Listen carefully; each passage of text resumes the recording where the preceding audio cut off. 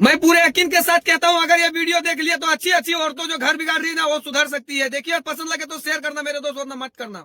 मुझे अपने ससुराल की नमक रोटी मंजूर है, मगर मायके की घी चोपड़ी रोटी मुझे मंजूर नहीं है। और एक बात हमेशा याद रखना कि जो लड़की शादी के बाद अपने मायके से ज्यादा मोह रखती है, वो कभी अपना घर बसा नहीं पाती, अपने पति और परिवार को खुश नहीं रख पाती।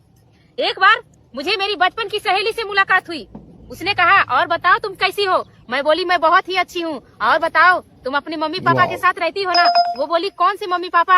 हम बोले कि अरे, अपनी मम्मी पापा तो पराये होते हैं, मगर जो हस्बैंड के माँ बाप होते हैं वही रियल माँ बाप होते हैं। क्योंकि गैर की बेटी को पूरा घर बार सौंप देना, ये हिम्मत सिर्फ सासू माँ में ही होती है। तो उसने कहा, मेरी सासू माँ अनाथ आश्रम में रहती है। और बता, तुम्हारी सासू माँ कहाँ रहती है?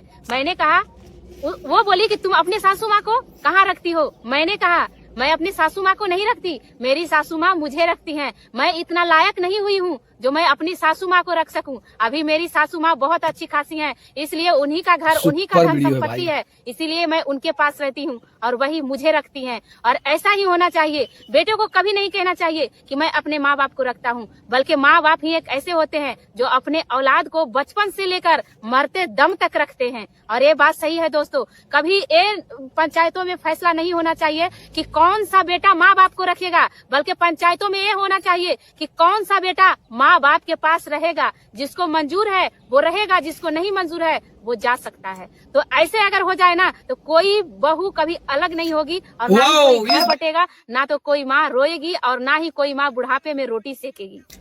वाओ, इस बहन को जितना भी तारीफ करो कम है भाई। चलिए, इस बहन के लिए प्यारा सा कमेंट कीजिए, और क्या सही बोली या गलत बोली जरूर कमेंट में बताइएगा। और जितना